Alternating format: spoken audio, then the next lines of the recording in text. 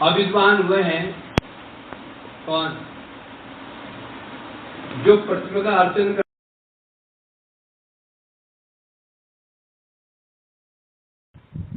या उन्हें पूजा की विधि का ज्ञान नहीं होता, तो ऐसे जो अविदुष लोग हैं भगवान उनकी सेवा ग्रहण नहीं करते। क्यों नहीं करते बताओ?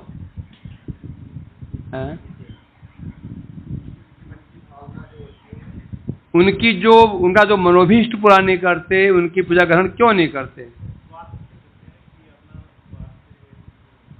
क्योंकि वे प्राणी द्रोही हैं। प्राणी द्रोही भगवान जानते हैं ये स्वार्थी है, और स्वार्थी व्यक्ति क्या मांगेगा? स्वार्थी व्यक्ति उस एक बालक की भांति है जो वस्तु की मांग करता है, या तो वो या तो उससे अपना हित करेगा या दूसरों का अहित करेगा।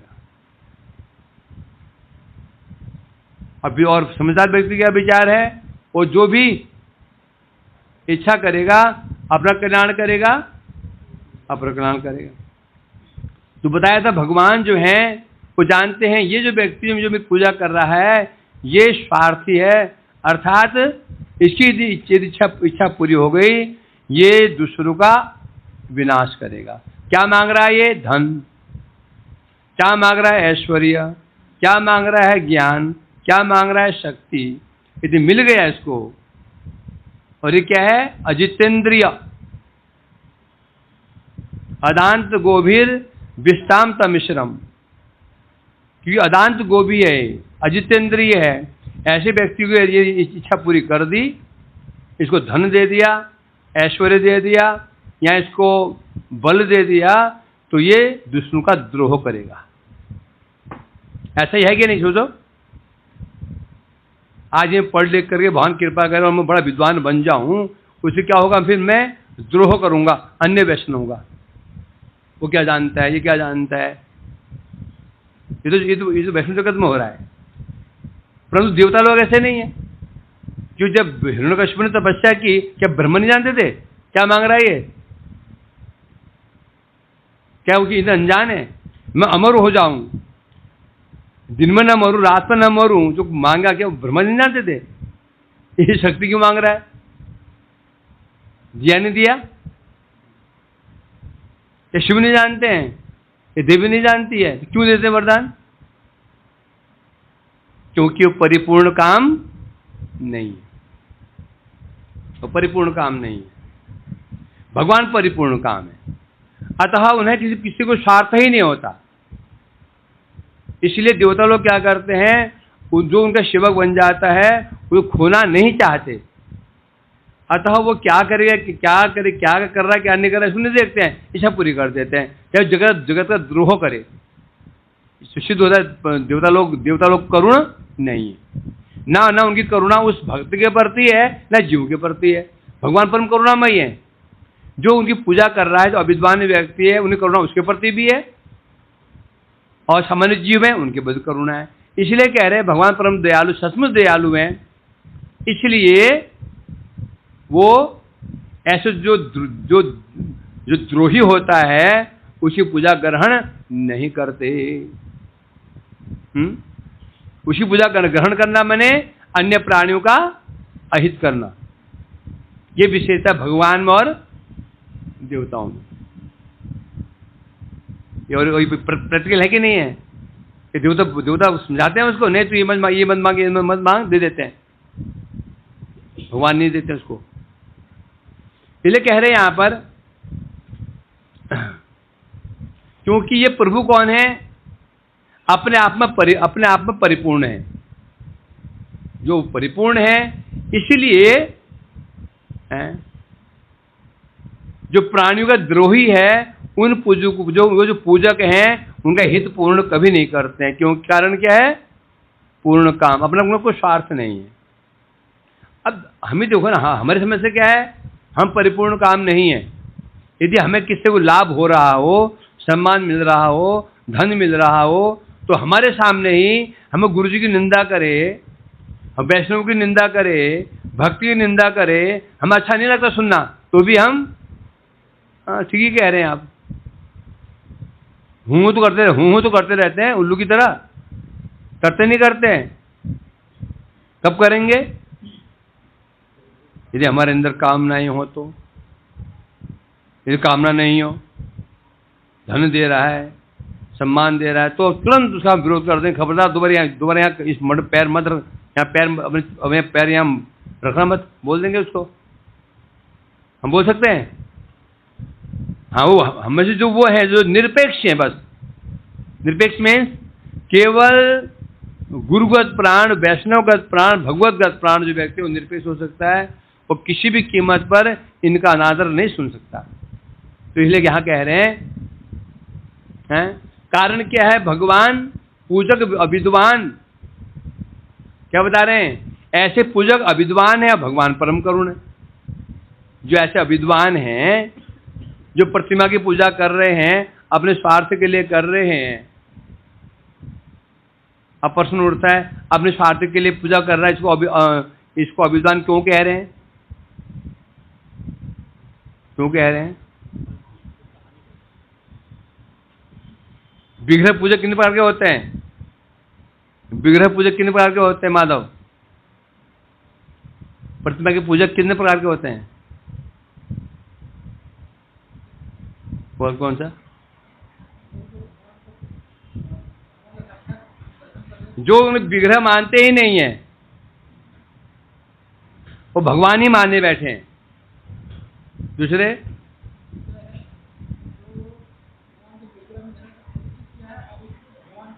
जो जानते हैं ये विग्रह हैं, इनमें प्राण प्रतिष्ठा की गई है, अब ये भगवान ही है, अब ये भगवान ही है। तीसरे कौन होते हैं आनंद?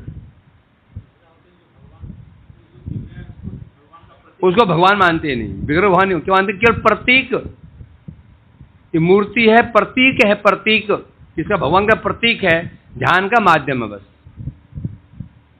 तीन, इनमें ये जो बात चल रही है, किन की बात चल रही है? ये तीसरे वाले जो हैं, जो पहले वाले दो हैं जो उनको भगवान ही माने बैठे हैं, भगवान ही हैं, ये कभी अविद्वान, ये विद्वान होते हैं। दूसरे जो उनको भगवान ही मान रहे हैं क्योंकि विग्रह प्राण प्रतिष्ठा हुई, आप विग्रह हैं, ये भी कभी भी भगवान की पूजा अपने स्वार्थ के लिए नहीं करेंगे। अब प्रश्न उठता, हम किस में से हैं? हमारी गिनती किस में से? ये शुद्ध हो जाएगा। जो व्यक्ति विग्रह प्रतिष्ठा कर ही ले रहा है, अब पूरा अपने स्वार्थ के लिए कर रहा है, तो समझो ये पहले दो इसी गिनती पहले दोनों में बिल्कुल नहीं, हो ही नहीं सकता। समझा कि नहीं? यदि किसी पता है ये मेरे पिताजी सामने बैठा हुआ है, मेरे पिताजी है, क्या वो उसी समय स्वार्थ के लिए करेगा? कर सकता है क्या? कर सकता है? नहीं करेगा वो। जगत में ऐसे होता ही है वैसे, तो शुद्ध पे जो वास्तव पुत्र कभी ऐसा नहीं करेगा। उसी प्रकार से क्योंकि जो उनको भगवान ही मान रहा है, भगवान ही है, तो कैसे अपने स्वार्थ के लिए कैसे पूजा करेगा उनकी? तो जहां पर मूर्ति पूजकों की निंदा की गई है, क्या प्राकृत एव स, तो ये किसके लिए कही गई है? ये तीसरे वाले जो प्रतीक उपासक है, भगवान की मूर्ति केवल भगवान की का प्रतीक मानते हैं। क्या मानते हैं? प्रतीक। वास्तव में ये तो पत्थर की मूर्ति है, ये लोहे की मूर्ति है, चांदी की मूर्ति है, बस भगवान का प्रतीक है, बस हो गया। क्या भगवान का स्मारक, क्या बताया था? क्या है ये? स्मारक, बस है भगवान का स्मरण, इससे भगवान का स्मरण हो जाता है, ये बस। तो भगवान नहीं है ये। जो तीसरे वाले लोग हैं, इनके लिए कहा गया है।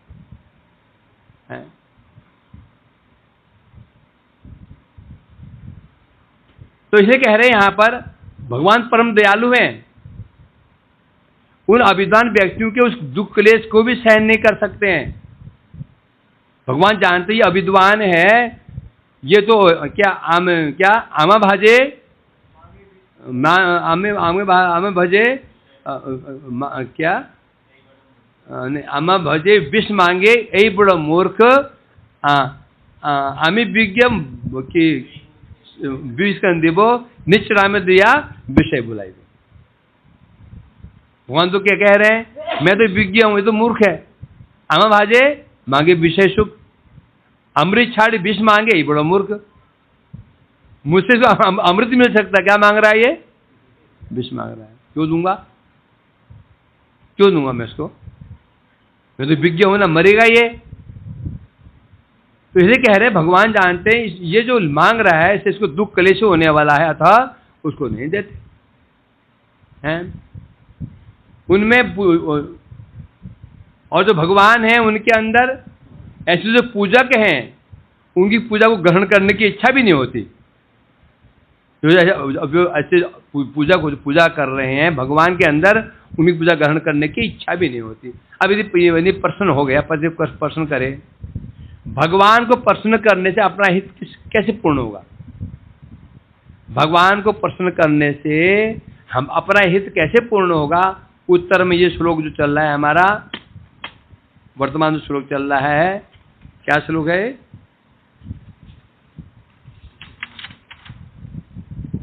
लंबा श्लोक चला गया नहीं, यद्यत श्लोक है ना भागवत का।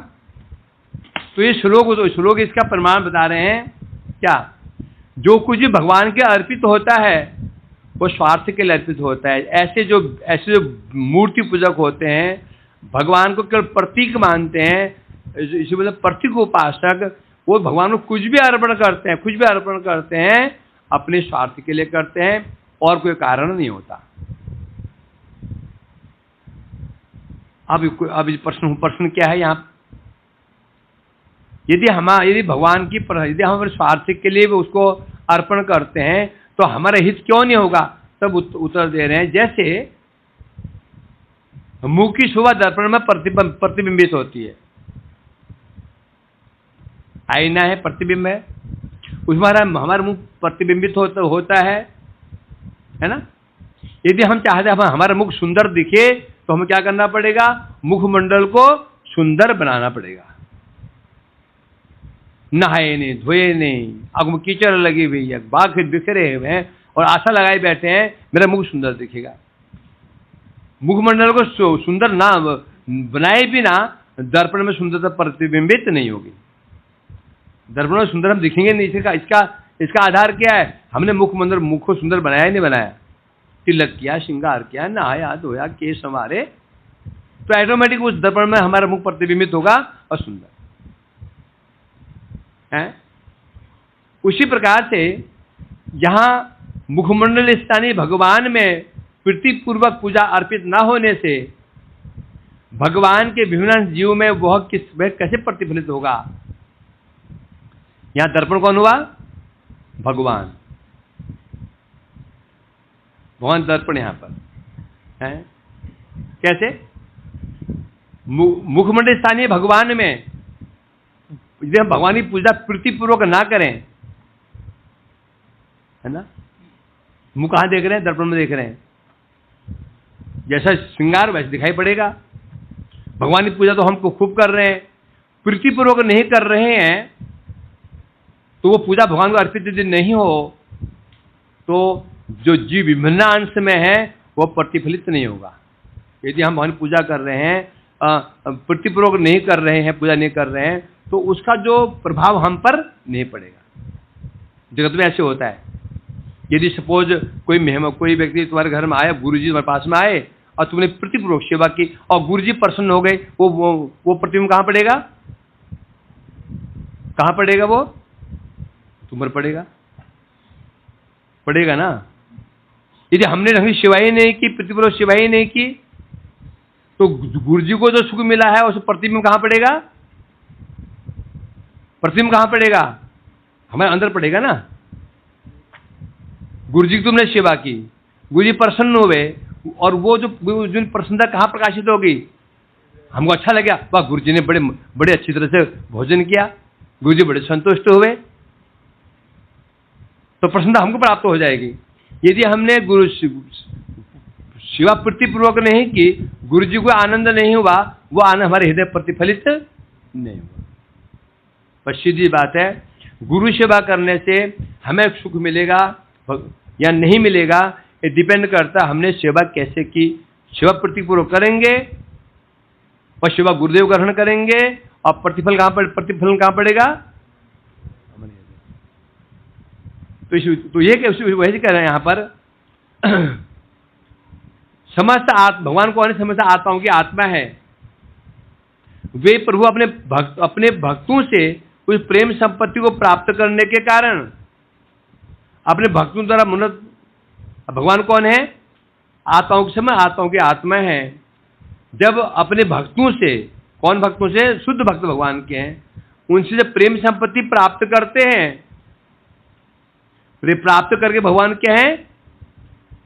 क्या है? अपना मनोरथ। भगवान आप्तकाम क्यों है?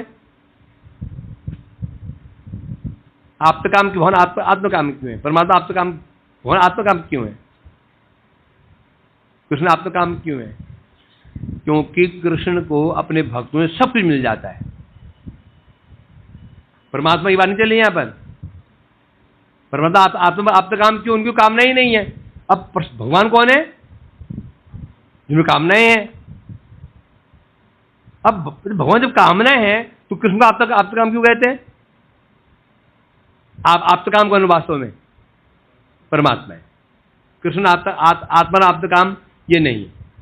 आत्मा आप्तकाम परमात्मा है जो योगियों के उपास्य है। तो कृष्ण का आप्तकाम क्यों बोलते हैं? आत्माराम क्यों बोलते हैं? क्यों बोलते हैं? एक व्यक्ति वह है जिसकी रसगुल्ला खाने की इच्छा ही नहीं है। एक वह जिसने इतना खा लिया मन उगता गया। दो चीजें हैं। एक की इच्छा ही नहीं है, एक इतना खाया, इतना जो खाया वो मन उगता गया। दोनों में क्या अंतर है? उसी प्रकार परमात्मा वो हैं जिनकी इच्छा ही नहीं है, कोई मेरी सेवा करे, कोई इच्छा ही नहीं। दूसरा वो है भगवान कौन है? खूब सेवा करे, खूब सेवा प्राप्त करना चाहते हैं, खूब सेवा प्राप्त करना चाहते हैं। उनका पेट ही नहीं भरता। प्रेम के भिक्षुक हैं कृष्ण है। परंतु इन्हें आत्माराम क्यों कहते हैं? क्योंकि ब्रजवासियों से इन्हें सब कुछ परिपूर्ण मात्रा में मिल जाता है। एक अंश भी ऐसा नहीं है इनको आए ना क्या? यह तृप्त्यद्यापि न चलम अध्वरा। आगे बोल। पीतम अतीब ते मुदा, पीतम अतीब ते मुदा, स्तन्याम पीतम अतीब तु मुदा है। यह तृप्त अद्यापि न चलम अध्वरा। जो भगवान अभी तक यज्ञों से तृप्त नहीं हो पाए हैं, जो भगवान यज्ञों से भी तृप्त नहीं हो पाए हैं, और वहां पर वो इन और जो ब्रजगोरम गो गाय हैं और रमणीय हैं, उनका स्तमित पान करके पीतम तेवादि मुदा वो तृप्त हो जाते हैं, जो बड़े यज्ञों से तृप्त नहीं होते हैं। तो कृष्ण आत्मा आप्तकाम क्यों है? क्योंकि ब्रजवासियों से कृष्ण को सब कुछ पूरा मिल जाता है। जब पूरा मिल जाता है, बच्चों को जब घर में अच्छा खाने को मिले, पड़ोसी को क्यों झाकेगा वो? बच्चों को घर में पूरा खाना मिल जाए, पड़ोसी घर में झाकेगा जाकर के? हो झाकोगे पड़ोस में जाकर के? तो यहां यही कह रहे हैं यहां पर, क्योंकि भगवान जो उनके भक्त होते हैं, उन भक्तों से प्रेम संपत्ति को प्राप्त करके भक्तों के द्वारा उनका मनोरथ परिपूर्ण हो जाता है। क्या विशेषता है? भगवान सबका मनोरथ पूर्ण करने वाले हैं, और भक्त क्या करते हैं? भगवान मनोरथ पूर्ण कर लेते हैं। इसमें ब्रजवासी कौरबिंद का निंदी चित्रपट साटिका, कृष्ण मत भिंग खेली फुल पुष्प वाटिका। आए ना? साधिका मयमान पाद परमदास दास। क्या बताया? है? कौरविंद कांति निंद चित्रपट साटिका कृष्ण मत भिंग के फुल्ल पुष्प वाटिका। राधिका जी कौन है? पुष्प वाटिका है। पुष्प वाटिका, वाटिका उसे कहते हैं जहां पर समस्त प्रकार के फूल खिले रहते हैं। क्या होता है? जिसमें समस्त प्रकार के फूल खिले रहते हैं, समस्त प्रकार के फूल खिले रहते हैं। भौरा कहां जाता है? वाटिका में जाता है, क्योंकि विभिन्न प्रकार के फूलों का रस उसको प्राप्त हो जाता है। कृष्ण कौन है? मत भिंग, कृष्ण मत वाले भौरे के समान है। राधिका जी कैसी हैं? खिली हुई फुलवाड़ी के समान, वाटिका के समान है। बल्लवेंद्र सूनु सर्ववांछितार्थ साधिका। कृष्ण को जो बल्लवेंद्र कृष्ण है, समस्त वांछाओं को पूरा करने वाले राधिका जी हैं। इसलिए कृष्ण कौन है? आप्त काम, क्योंकि राधिका जी से सब कामनाएं से पूरी हो चुकी हैं। आत्माराम क्यों है? राधिका जी कौन है? राधिका तो आत्मा तस्य तयेव रमणादो आत्माराम इत्यगत साम। राधिका जी कौन है? आत्मा है कृष्ण की, जो आत्मा में रमण करते हैं। आत्मा में, आत्मा कौन? राधिका जी आत्मा है। इसलिए कृष्ण आत्माराम है, आप्त काम। ये भी ये कह लें यहां पर, क्योंकि भगवान को अपने भक्तों से जो उनको प्रेम मिल जाता है, उस प्रेम के द्वारा उनका सारा मनोरथ पूर्ण हो जाता है। अर्थात अपने भक्तों के हृदय में जो भक्ति रस है, उसी पान में कृष्ण इतने निविष्ट हो जाते हैं, तो अभक्ति पूजा ग्रहण क्यों करेंगे? भक्तों के हृदय में जब प्रेम है, कृष्ण उसको पान करने में डूब जाते हैं, उनको होश ही नहीं है पान करने से। अभक्त हमें क्या दे रहा है? होश रहता है? तुम्हारी अपनी थाली में मलाई चाप हो, उसमें शाही पनीर हो, उसमें सुंदर नरम पकौड़े हो, उसमें लुची हो, उसमें 3 सब्जियां हो, देखो तो देखो थाली पड़ोसी क्या खा रहा है? देखो पड़ोसी में क्या खा रहा है? नहीं। तुम्हारा थाली में है रूखी सूखी रोटी, तो पड़ोसी बाजू वाला क्या खा रहा है? तो कृष्ण अपने भक्तों के हृदय से जो रस में ऐसे आविष्ट हो जाते हैं। अभक्त क्या दे रहा है? इसको उनको होश ही नहीं है।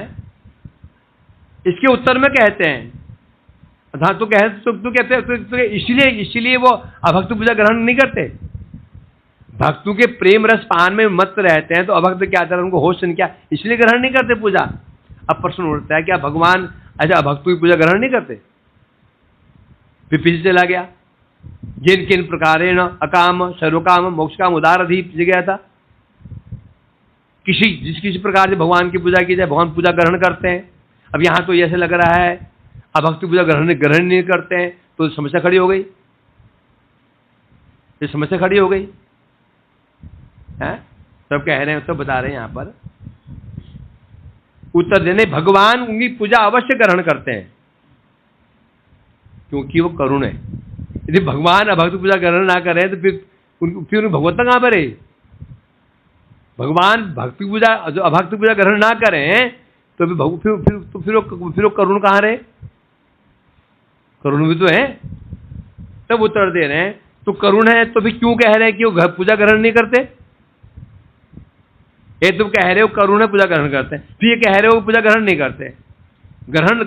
ग्रहण करते भी हैं और नहीं भी करते, दोनों बातें एक साथ कैसे हो सकती हैं? अभक्त पूजा ग्रहण करते भी हैं भगवान और नहीं भी करते, दोनों बातें कैसे हो जाती हैं?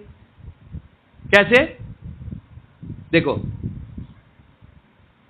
यदि भगवान उसकी अब फिर क्या बताया? भगवान उनकी वांछा पूरी नहीं करते हैं, फिर करते भी है ना। यदि भगवान की पूजा उनकी इच्छा पूरी नहीं करते हैं, तो करते क्यों बोलते हैं? दो आया विरोधाभास। एक पूरा ग्रहण करते भी हैं, नहीं भी करते, वांछा पूरी करते भी हैं, नहीं करते भी हैं, दोनों कैसे? तब बता रहे हैं, यदि पूजा अस्वीकार, भगवान अस्वीकार यदि करते, पूजा का फल ही प्राप्त नहीं होता उन अभक्तों को, तो अब बोलेंगे तो क्या उनकी तो क्या उनको फल मिलता है? ऊपर क्या बोला था? उनकी पूजा ग्रहण नहीं करते। क्यों? कारण क्या है? वो प्राणी द्रोही है। तो भी ये बातें कैसे आ रही हैं? इसका उत्तर इस श्लोक में बता रहे हैं। इस प्रकार से भगवान में सर्वस्व अर्पण के बिना जीव का परम स्वार्थ सिद्ध नहीं होता। जब तक भगवान को अर्पण नहीं किया जाएगा, स्वार्थ, चाहे वो भुक्ति हो, चाहे मुक्ति हो, चाहे सिद्धि हो, कुछ भी प्राप्त नहीं होगा, संभव में नहीं।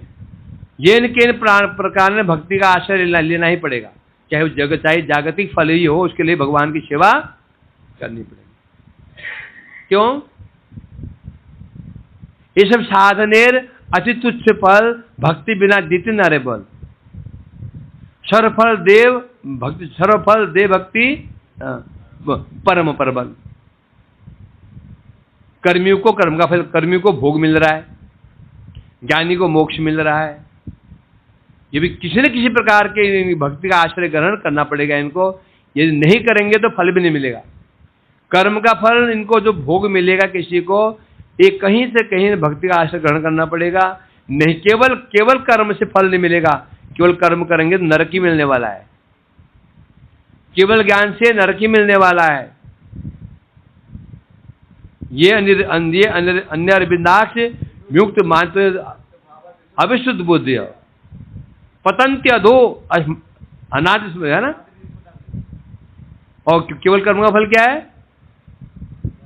नरक। क्यों? कर्म करते हुए अनेक प्रकार हिंसाएं तो होती हैं। हम कर्म करते हैं, हिंसा ही नहीं होती उसमें, उसका फल कौन भोग करेगा?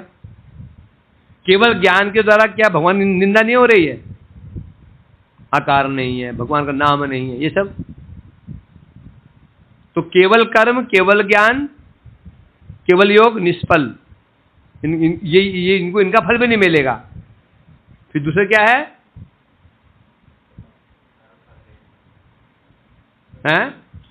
गुणीभूता भक्ति, जो भक्ति का आश्रय भी कर रहे हैं। एक क्या पहले क्या था? केवल कर्म। दूसरा भक्ति मिश्र कर्म। पहला केवल कर्म, भक्ति मिश्र कर्म। जो कर्म है ये स्वर्ग भी नहीं देगा बल्कि नरक ही देने वाला है। यज्ञ आदि किए, उनमें कीड़े मकोड़े मर गए, जीव हिंसाएं हुई, तो पाप कहां जाएगा? जब भक्ति मिश्र कर्म करते हैं उसके प्रभाव से अब इसको स्वर्ग आदि भोग मिल जाएगा। केवल ज्ञान से भी इसको नरक ही मिलने वाला है, भक्ति मिश्र ज्ञान से इसको मोक्ष मिलेगा।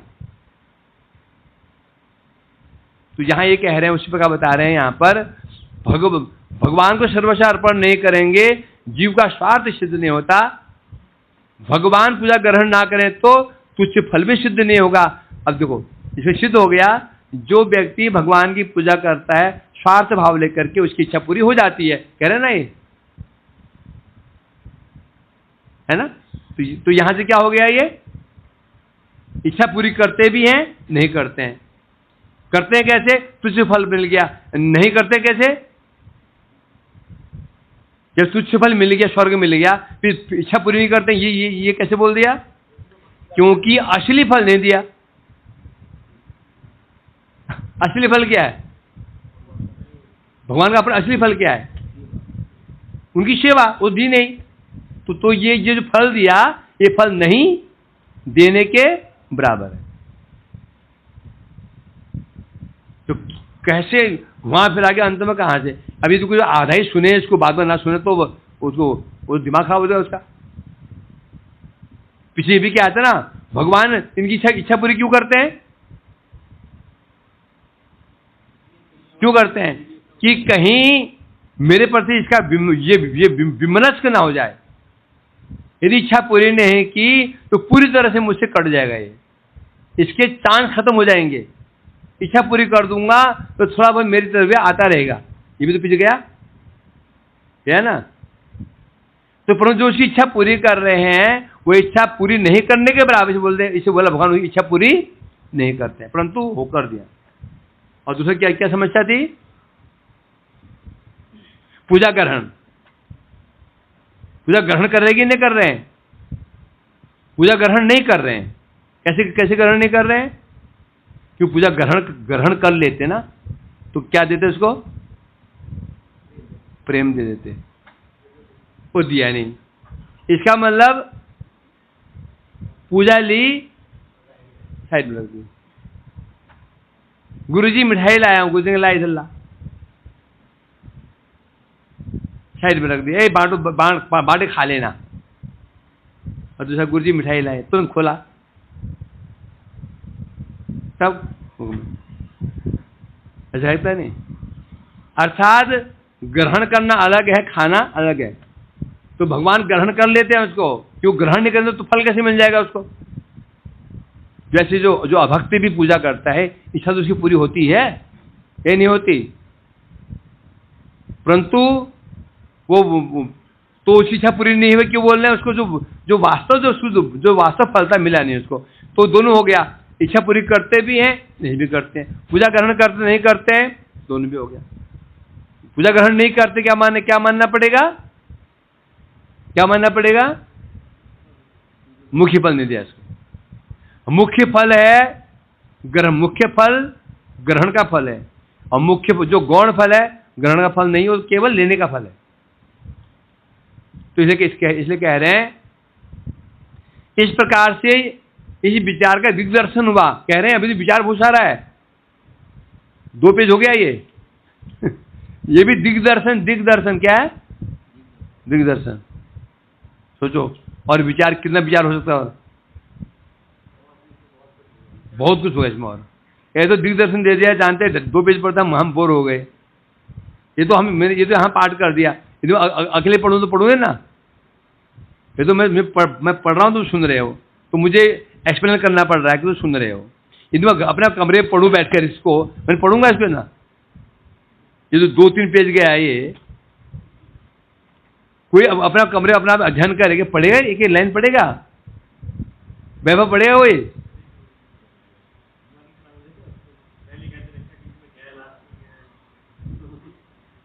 ये किसका फल है?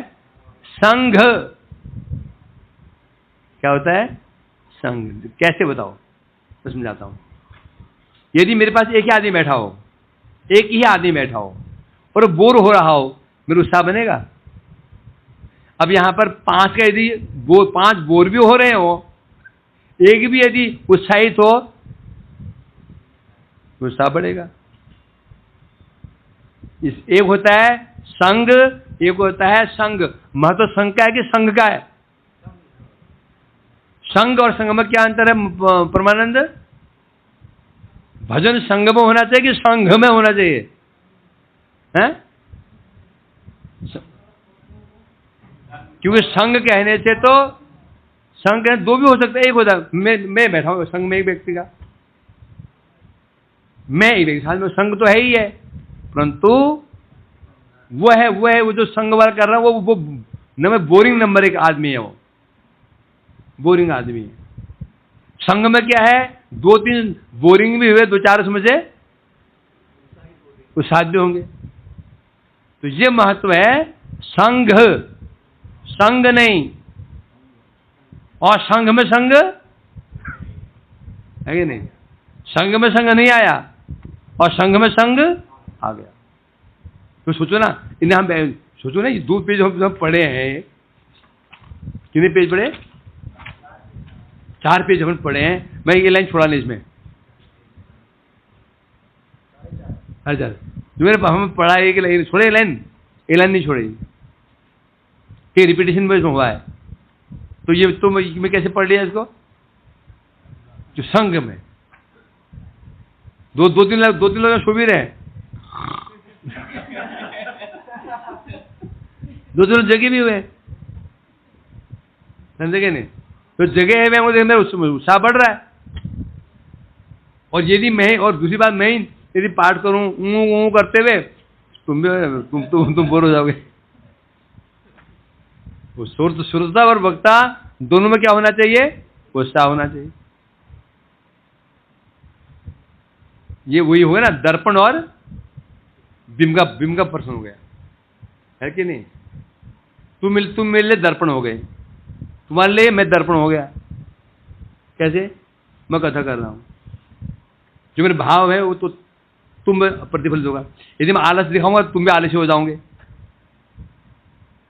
जब तुम आलसी हो तो मैं भी सो जाऊंगा। तुम बैठे हो ना, तुम आलस से कर रहे हो सब। दो व्यक्ति हैं, दोनों ही, अरे मठू में होता है ना, मैं देखता हूँ, और मठू में दो बुढ़िया बैठी रहती है ठीक, मठू में दो बुढ़िया बैठी है,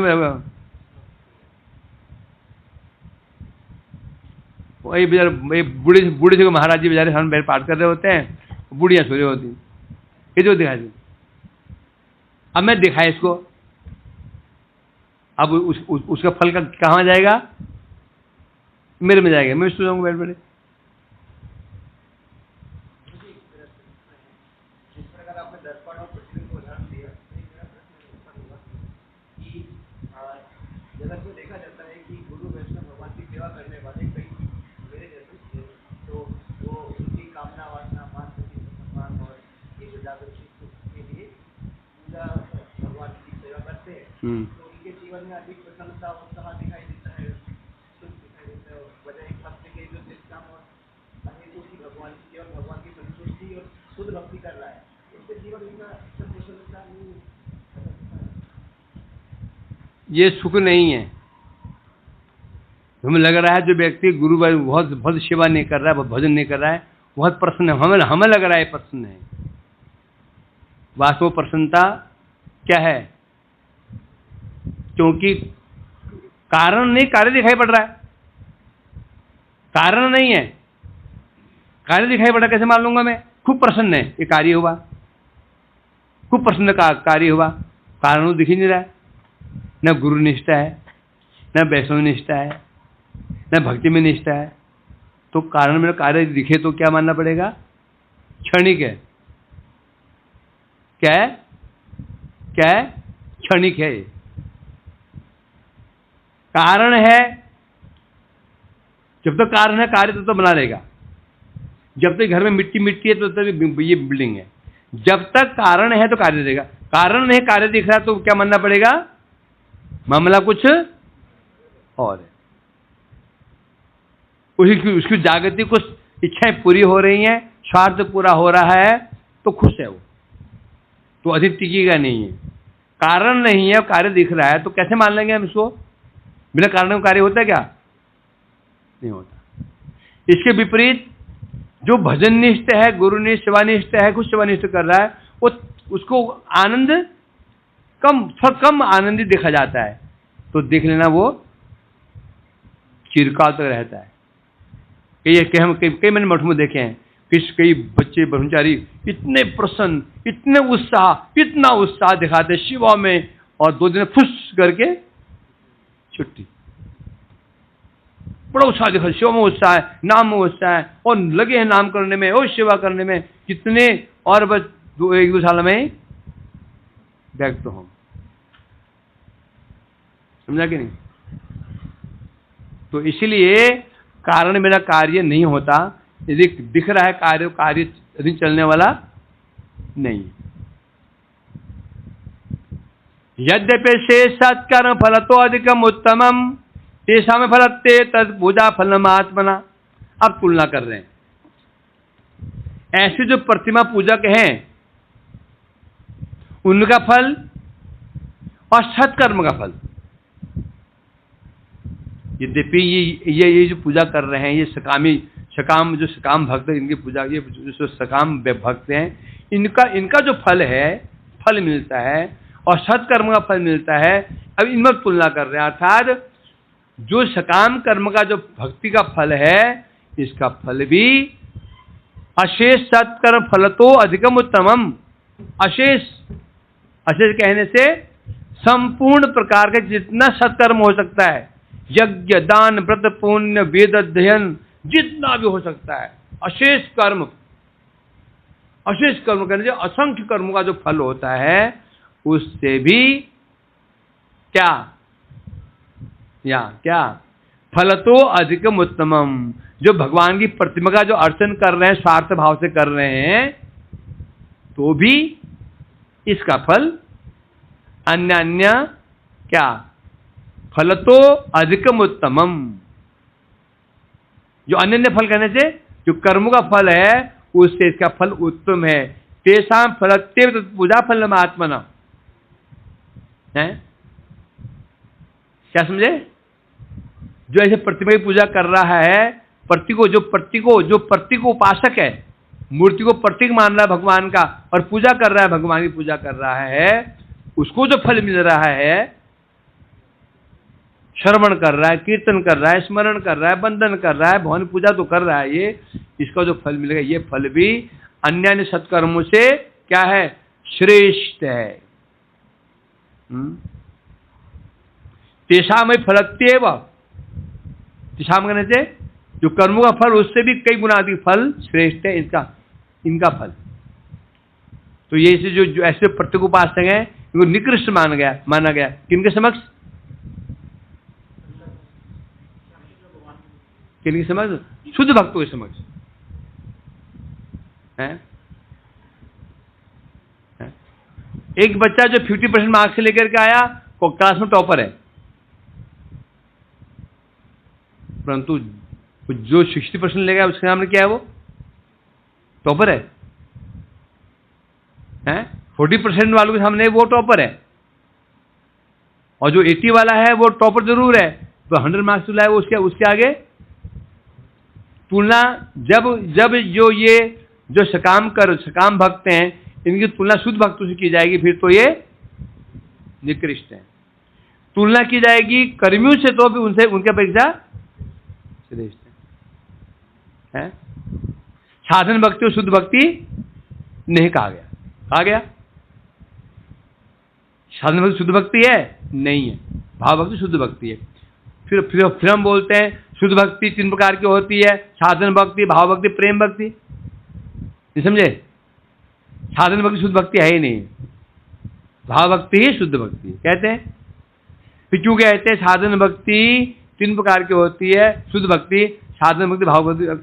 तो ये साधन भक्ति को शुद्ध भक्ति को क्यों बोल रहे हैं? फिर जहां पर साधन भक्ति की तुलना मिश्रा भक्ति से की जाएगी, कर्म मिश्र, ज्ञान मिश्रा, तो वहां पर तो ये श्रेष्ठ है। जहां शुद्ध भक्ति तुलना की जाएगी भाव भक्ति से, साधन भक्ति की, तो ये शुद्ध नहीं तुलना। तो ये के सुन लिया जी श्रेष्ठ है तो मुझे मान लो, और तुलनात्मक दृष्टि से कहा गया, तो इसलिए कह रहे हैं यहां पर, तो जो यदि प्रश्न हो भगवान की पूजा किस प्रकार से विफल होती है, असफल होने पर उसमें निंदा की संभावना कैसे होती है? कोई भगवान पूजा करता है वो विफल होती है, असफल होने पर निंदा क्यों? 2 बातें आ गई। भगवान की पूजा विफल कैसे होगी, और सफल हो गई फिर निंदा क्यों? विफल हो गई तो चिंता ही नहीं है, जब सफल होगी फिर भी निंदा, विफल हो गई निंदा तो ही है।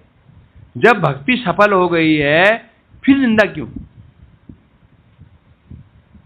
इसका उत्तर 2 श्लोकों में मिलेगा। ये है। तो एक श्लोक सुनोगे, अगला नहीं तो लटक जाओगे बीच में।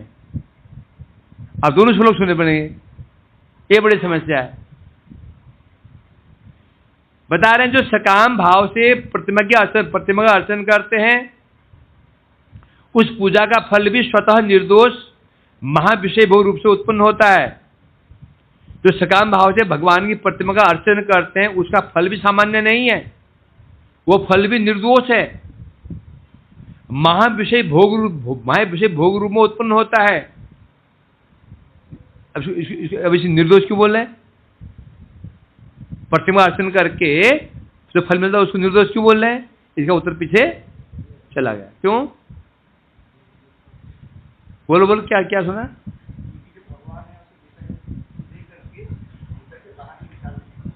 है ना, जब वो फंस जाता है विषय में, भगवान सोचते हैं अरे मैंने फंसा दिया इसको। क्या विजय? इसको मैंने फंसा, मेरे कारण अब कष्ट भोग कर रहा है, तो निकालने का दायित्व इसका है। तो क्या है ना ये चीज। और देवता लोग वो नहीं निकाल पाएंगे। जब भगवान देखते हैं मैंने इसको शक्ति प्रदान की, मैंने इसको ऐश्वर्य प्रदान किया, फंस गया है, भगवान तो क्या सोचते हैं, मेरे द्वारा दिए भोग के कारण फंसा हुआ है, तो निकालना दायित्व किसका है? भगवान का। तो इसलिए कहते हैं निर्दोष क्यों बता रहे हैं कि उसका परिणाम भी एक न एक दिन क्या होगा, क्या होगा, कल्याणजनक हो जाएगा। जो कहा गया ना, अकामो सर्वकामो मोक्ष काम उदारधि तीव्र भक्ति योगे न यदि पुरुष परम, क्यों बोला गया अकाम? अकाम मतलब केवल भक्ति, अकाम मतलब केवल भक्ति कामना है, समस्त कामनाएं हैं, मोक्ष काम है, होने पर भी बुद्धिमान व्यक्ति तीव्र भक्ति योग से भगवान का अर्चन करता है। क्यों करता है? क्यों करता है? भगवान सब दे सकते हैं और देने पर भी अंत में क्या करेंगे? वो कल्याणी कर देंगे। जो सर्वकामी है उसकी कामनाओं को नष्ट कर देंगे, मोक्ष कामी है उस कामनाओं को नष्ट कर देंगे, और भक्ति कामी तो है ही है। इसलिए कह रहे हैं परंतु सत्कर्म से जो फल मिलेगा उसे कभी विरक्ति नहीं आएगी। भगवान हमको फल दे देंगे, उससे कहीं न कहीं विरक्ति, भगवान अवश्य विरक्ति दिलवाएंगे। ये पक्का लक्षण है। भगवान ने हमको विषय दिया है, हमें कर्मों से मिला है, ये कर्मों से विषय मिला है, तो कभी कर्मों से विरक्ति, भोगों से विरक्ति होगी ही नहीं। भगवान से मिला है तो भगवान ही हमको माया के द्वारा किसी प्रकार से हमको विरक्ति करवा देंगे, जूते पड़वा करके, अपमान करवा कर वो करवा देंगे। इसलिए कह रहे हैं यहां पर वह भोग सत्कर्मों के फल श्रेष्ठ, इसे बता रहे हैं जो भगवान की प्रतिमा का अर्चन करके जो भोग प्राप्त होता है उस व्यक्ति को प्राप्त होता है, और कर्मों फल श्रेष्ठ है कि स्वर्ग आदि के दोष से रहित होता है। सामान्य जो हम सत्य कर्म करते हैं उससे क्या फल मिल जाएगा हमको? स्वर्ग आदि लोग मिल जाएंगे और वहां रम जाएंगे। भगवान की भक्ति से हमें कोई फल मिला, स्वर्ग में जाने के बाद भी शांति नहीं मिलेगी, शांति मिलेगी नहीं, कहीं ना कहीं मन विरक्ति आ जाएगी। भगवान का दिया हुआ ये फल है। बोलता है भगवान के मांगना, मांगो भी किससे? भगवान से मांगो, वो देंगे भी और विरक्ति भी कर देते हैं, है ना। तथापि भगवद भक्ति योग्यम न जायते फलम इति साधुवरे तत्त विनिंदते। हैं तो 7 बज गया। अब तुलना की जा रही है, परंतु वो जो सकाम भक्ति का फल है भगवत भक्ति योग्यम न, सत्कर्म के आगे उत्तम है, परंतु भगवत भक्ति का अनुरूप नहीं है। वो जो फल मिला, सकाम भक्ति जो फल मिला, वो फल अब तुलना कैसे की जा रही है? शुद्ध भक्ति। पहले तुलना की गई है सत्कर्मों से, किसकी? सकाम भक्ति की। अब तुलना की जा रही है शुद्ध भक्ति से। तो सत्कर्म की अपेक्षा ये फल, इसका फल उत्तम है, परंतु होने पर भी शुद्ध भक्ति का अनुरूप नहीं होता। इसीलिए एकांतिक भक्त उस भक्ति की भी निंदा कर देते हैं, निंदा कर देते।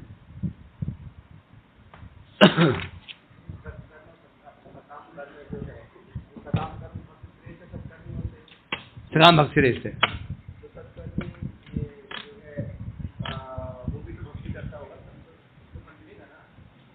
वो करिए, तू भक्ति मिश्र है ना, और जो सकाम कर्मी है, सकाम भक्त है, वो भक्ति ही करेगा। ठाकुर जी पूजा कर रहा है, वो ठाकुर जी पूजा महत्व दे रहा है, अर्चन कर रहा है, पूजा कर रहा है, पाठ कर रहा है, परंतु मूर्ति माने कर रहा है, स्वार्थ के लिए कर रहा है, और वो केवल वो कर्म कर रहा है, भक्ति मिश्र कर्म, सामान्य मतलब भक्ति है वहां पे, और ये भक्ति कर रहा है, परंतु समस्या इसकी यही है, प्रतिमा को प्रतीक माने बैठा है, प्रतीक माने बैठा है, और दूसरा कामना वासना भरी हुई। ये अंतर है दोनों में। हरे कृष्णा हरे कृष्णा हरे राम हरे राम